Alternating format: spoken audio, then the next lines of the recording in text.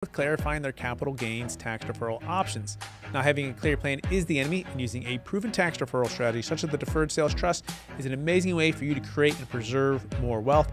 Hey, we're streaming on Expert CRE Secrets podcast as well, and we're so excited for you to join us there. Each episode, we're joined by some of the best real estate, financial, and wealth minds in the world. And today's guest is no exception. In fact, he is managing director at DLP Capital and he has an extensive experience in wealth, finance, and numbers, and so much more. Please welcome to the show with me, Rich Delgado. Rich, how are we doing?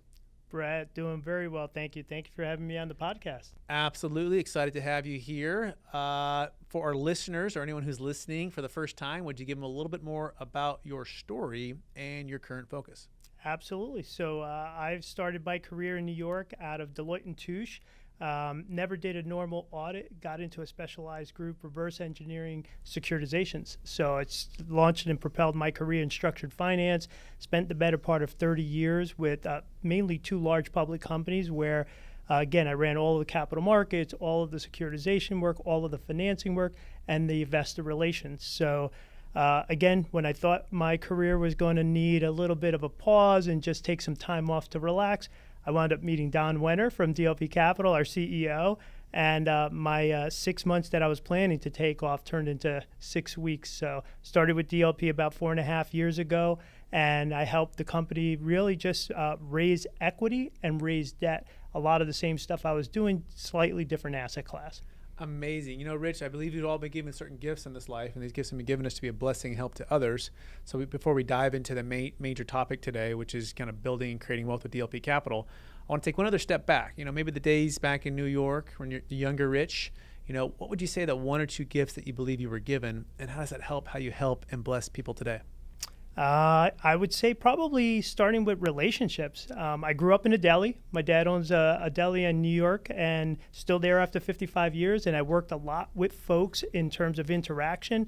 And so I think that really helped me develop a real appreciation for people's needs. And with that, I'm able to really just listen to folks, understand what their needs are, and then figure out a solution from there.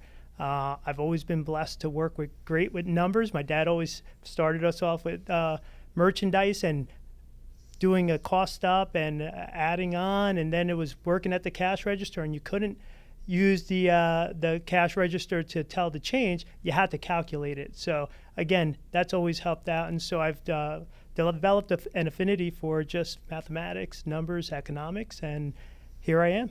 And what a better place to learn, but in New York at a deli with your family, with customers every day, numbers, seeing your dad being an entrepreneur, your family, that is fantastic, and be able to connect with people.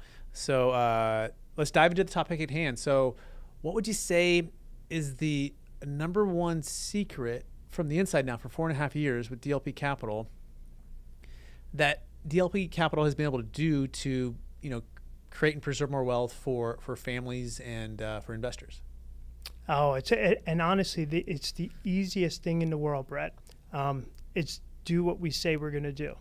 So again, we publish a lot of targeted returns, preferred returns, and we make everything visible to our investors in terms of what our vision is for the year coming up, what our compass is, what direction, what our targets are to hit.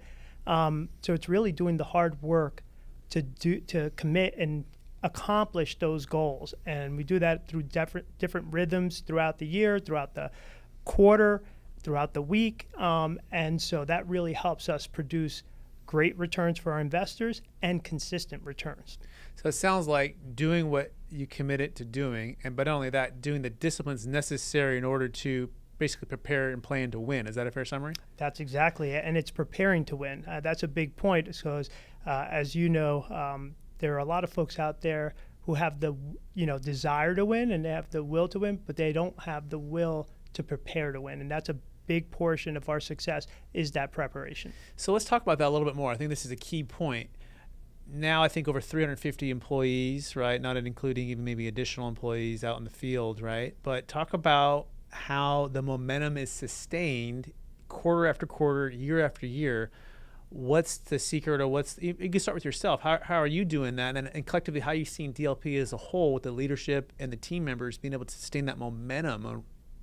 Yeah, I appreciate it. So I'd start with people, right? I mean, if you ever look at our flywheel, it always used to be capital, but we've recently recognized the fact that you cannot sustain this level of growth and achievement without the right people and bringing in the right talent. Doesn't mean just adding number of people, it's adding expertise. Again, from within, developing leaders, which is a big portion of what we do.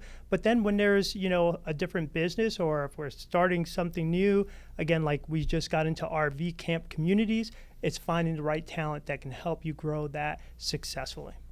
I think that's so key. Talent plus the ability to have them fit well in with everybody as well, keep that momentum moving forward. So what would you say the next secret is to DLP Capital helping people create and preserve more wealth and keep the momentum moving forward? Yeah, again, I'd probably take a step back and just say, it's really truly from our perspective what we call our 20-mile march. So again, a lot of it is maintaining a pace that's sustainable. So again, the 20-mile march means we're not trying to do too much in one period, one quarter, 1 year. We're just trying to consistently, month over month, do the things we need to do to achieve those bigger goals. What was the one thing, and perhaps you knew about this 4.5 years ago before you joined DLP, or perhaps you're learning secrets on this because you're experiencing it, you're living it, you're doing it, right?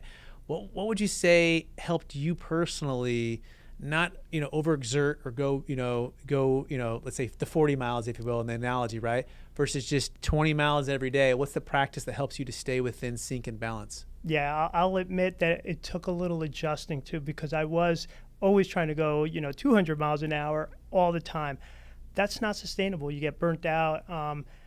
I learned most of it through DLP and through Don, and again, the building the elite organization rhythms. Particularly, we have one called our rocks, which are the quarterly goals we set. And it's a very simplistic theory, which is simply, if you fill a cup with sand, which are all the little daily minutia that comes into your life, emails, phone calls, everything else, you'll never have room to fill that cup with big rocks, which are the important goals. But if you focus on the big goals first and then pour the little stuff over it, it'll all fit, right? So it's really how you change your rhythm and how you focus on your day. So for me, the biggest success was our elite journal that we use. The elite journal is a 90-day journal. It's daily.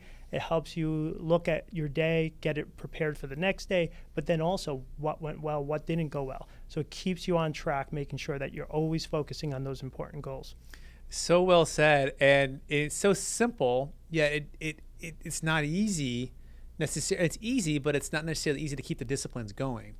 And so having that elite journal, having like an amazing person to work with like Dawn, right, and to keep the momentum moving forward is really remarkable. And I've seen this now with DLP since I've first started to learn about you guys a couple of years ago, and it is remarkable. And it's what makes the difference to keep that momentum going.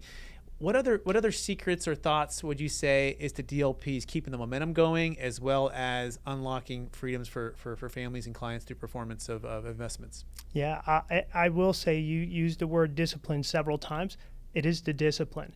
I love the fact that Don does not try to deviate too far out of our lanes, right? We do what we do, and we do it very well. And we focus on doing it even better all the time, improving our processes, improving how we acquire, build, improve workforce affordable housing, right? So we don't go venture out and try to, get into a bunch of hospitality or do a bunch of other different things, because of the fact that we look to return very consistent returns to our investors. We like the market we're in.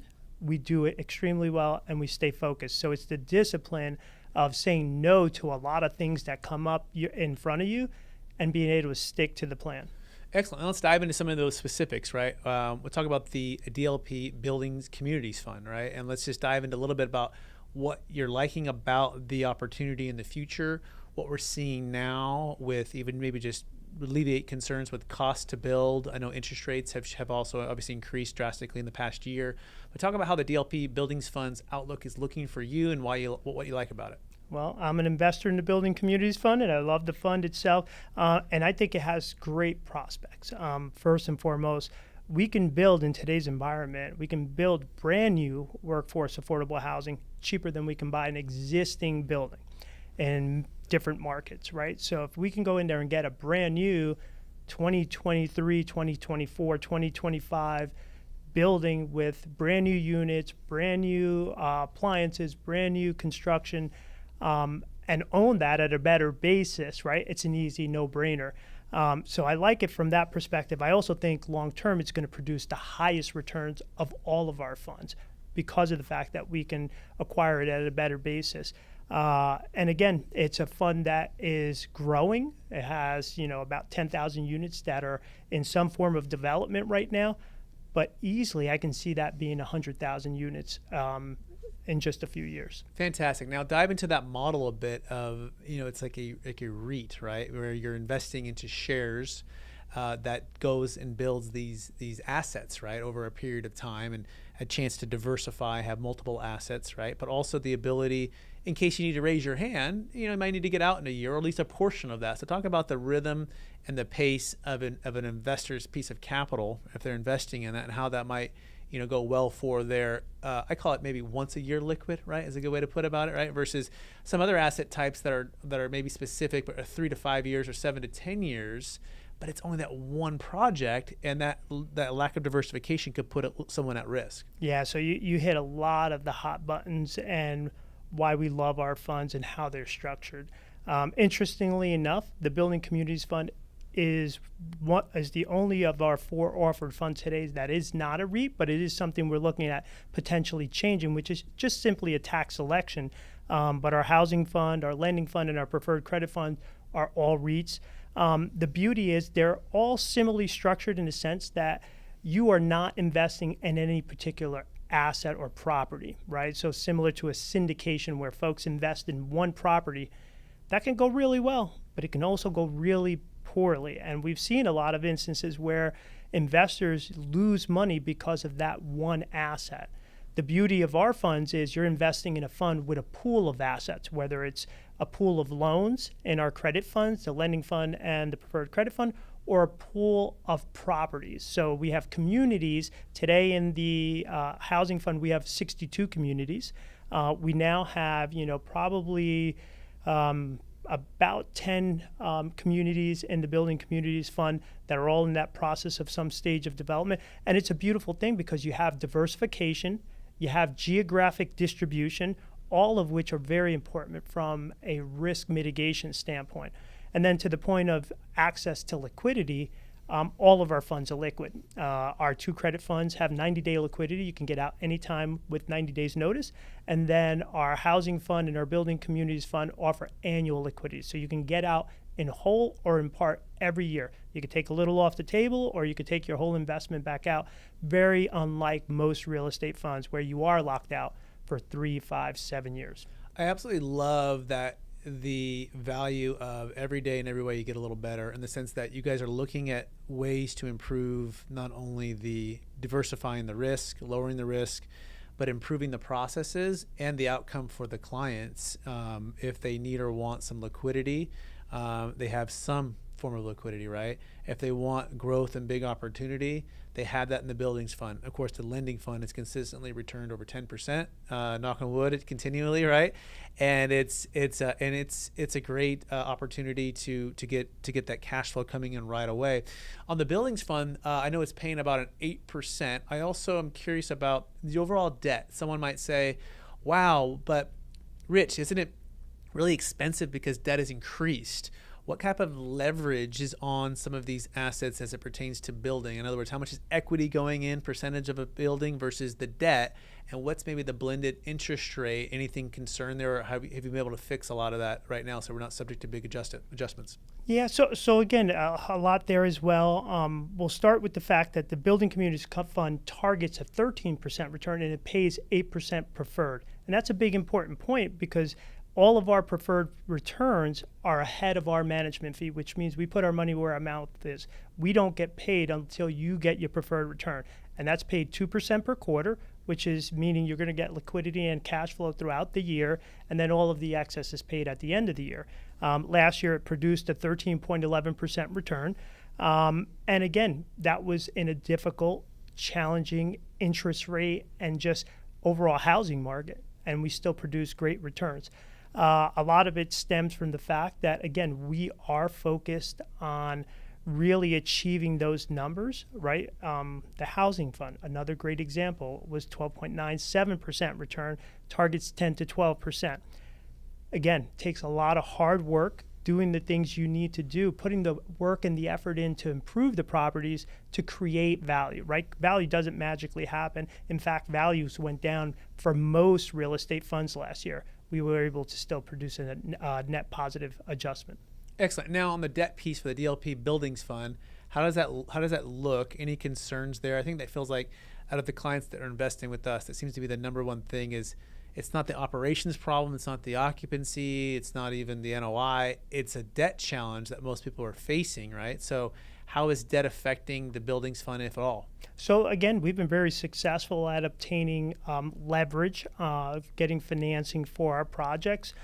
We have a few different banks that we work with. We typically will put the equity in for the acquisition and development of the property. Sometimes you're able to get some financing for that piece as well. However, most of the times we'll put the cash and the equity up for that and then bring in financing for the vertical construction. We have construction lines, which are very, builder-centric, where as you're building units, you're funding the completion of those, you're getting reimbursed for that. So you're able to take and recycle the cash that you're using and the financing to be able to continue the construction project. Excellent. So it doesn't sound like it's over-leveraged or over-dependent upon, because a lot of the equity is put up front, and then you're slowly taking those amounts as you're building vertical. And so it's like the plane sustains itself. And then ideally, right, 90% occupancy or greater, then you can maybe do a cash out refi and fix the debt for a period of time that's probably lower interest rate, hopefully at the point when those things are hitting. Is that a fair summary on that? That's exactly right. We can and we always do look to recapitalize and refinance ourselves into more permanent debt once the property is stabilized. Mm-hmm. And then with the Building Communities Fund, it's beautiful because we have a lot of optionality. Mm-hmm. We can choose to retain that asset within the fund. We can sell that asset out in the market to a third party. We can sell it to the housing fund as well. So we have a lot of different options for the exit strategy for that asset. I think that's so smart. Multiple exit strategies, right? Which gives the optionality, and it gives it diversifies the risk because there's multiple exit strategies. Which leads into the next thought, which is, capital gains tax, right? A lot of investors might show up to DLP Capital or want to, but they've got a huge gain on cryptocurrency or a primary home or a business sale, or they're in a 1031 exchange and they're running out of time. So talk about the frustration as it pertains to capital gains tax and people wanting to get into the funds, wanting to diversify highly appreciated assets, but sometimes they kind of hit a brick wall. Yeah, no, you hit it right on the head. Usually when you have, and what we face most of the times, are other real estate operators. Folks who own real estate, have been real estate operators for many years, and now are faced with, okay, I have another 1031 I need to do. Well, we cannot 1031 exchange into our funds. So if the investor chooses, right, they could pay the tax, but that's usually not the first thing they want to do in any case. So what they're looking for is another solution, which thankfully, you've been able to provide some of our investors that solution. But again, it's not just real estate. To your point, there are other asset classes where investors have capital gains and have accumulated those capital gains, would love to invest in our funds, right, from a perspective of getting those consistent returns, finding a new place to park capital and get, again, an amazing return consistently. We can't do a 1031 in, so that's where folks like yourself come in and capital gains tax solution. Appreciate that. Yeah, and I want to dive into that a little bit further about the impact now on a shift. And by the way, if people want to learn more about that, then go to capitalgainstaxsolutions.com, how to eliminate the 1031 exchange. You can sell, defer your tax, and go right into DLP Capital's funds without using a 1031 exchange on any asset of any kind. We're here to help walk you through that process. But I want to talk about impact, right? So impact is a big part of what, for me, I know for a lot of our clients, and why we've chosen to invest. Personally, I've invested with DLP Capital, my family, and a lot of my clients. For the impact you guys are making, it's beyond just numbers, right? It's both. And talking about ending and helping to, end the housing crisis, right? And it's a big goal and it's a big aspiration. But, here's what I'm seeing, Rich. I'm curious what you think about it. And this is known as the largest wealth transfer in the history of the planet. It's happening. And according to Marcus and Millichap, John Chang, head of research, about $84 trillion is set to pass in the next 20 years.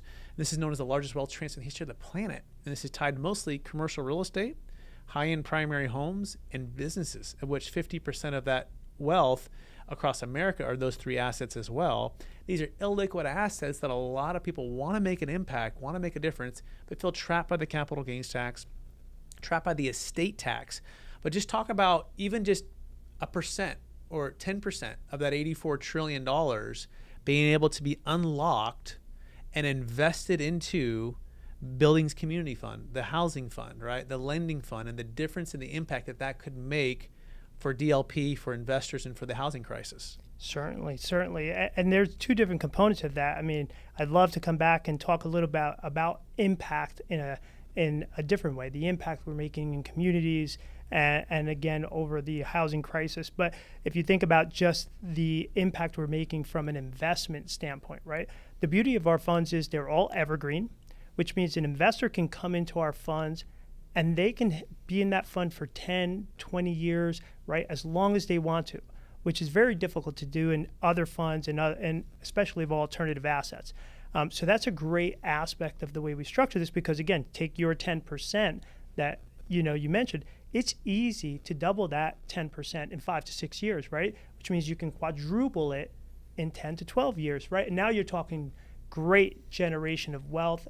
And again, how do you preserve it? We always say consult your accountants, your advisors, your attorneys, right? In terms of how to structure things. But that's amazing wealth that you could generate within our funds. Yeah, so what we're talking about here, the concept of tax flow and cash flow and generational wealth impact, and having all of these three converge. And, I also believe that this is like the time as this, like we're created for a time like this.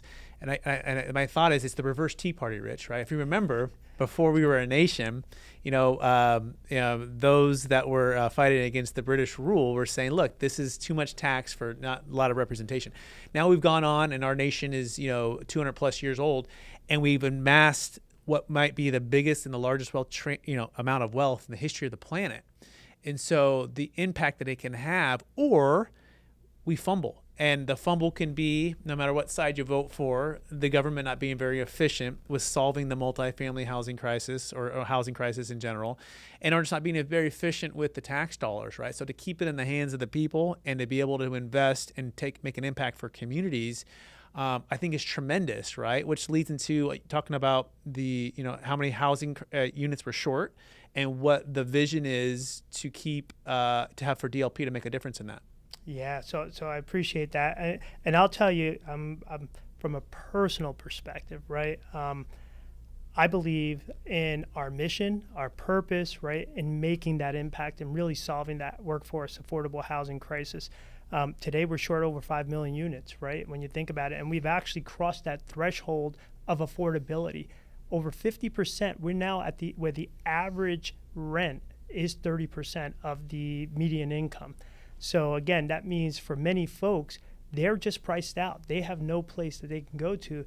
And that means they have to give up, not just luxuries, but just basic benefits, right? Things like food, shelter, car. So again, for us, it's being able to create and improve properties where we're creating a community where folks can have a great place to live, but at an affordable price. 100%. Rich, you ready for the lightning round? I'm ready. All right. Knowing that you know now, if you could go back to your, let's call it your 20-year-old self, perhaps you're still in New York at that point, what's the one golden nugget and make sure to tell yourself to do? invest in real estate. Invest fast early on and keep investing. Question number 2. What's the number one book you've recommended or gifted the most in the past year? The one I've gifted the most is the Building an Elite Organization, just from a standpoint that, again, I believe in it, our methods, and I think it's helped a ton of entrepreneurs. The other is Chase the Line, probably one of my single favorite books in terms of if your goals don't scare you, then they're not big enough. You got to set God-sized goals that you think you can't handle and chase that dragon. Amazing. Next question. What are you most curious about right now? Who's going to be our next president? Probably. But other than that, when is the weather going to break here in Florida? Well, it's pretty warm out there, but yeah. Excellent. Second to last question. What's your number one leadership quote or theme that you strive to live by? I would say there's 2, and they are part of our core values: stewardship and servant leadership. So I love the fact that we added the word servant before leadership a couple years ago. And I think they intertwine perfectly, which us as, managers of capital and folks, their wealth and a lot of times their life savings, right? The first thing we look at is being good stewards of that capital and of all of the treasures they put in our hands. Amazing. I'm going to do one more bonus question because I'm just kind of curious now. We're filming this in August, right? Between now and the end of the year, what's the one big domino, one big rock if you or DLP could knock over by the end of the year would make the biggest impact for investors? Oh, that's a good one.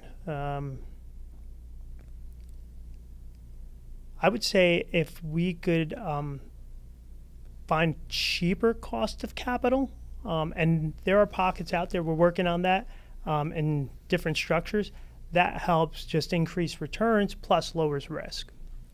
Great answer. Last question, Rich. After all your success, helping all the people you've helped, after all of these years, what would you say is the number one practice or habit that you practice to help you stay centered in your values and charged up to reach even higher heights?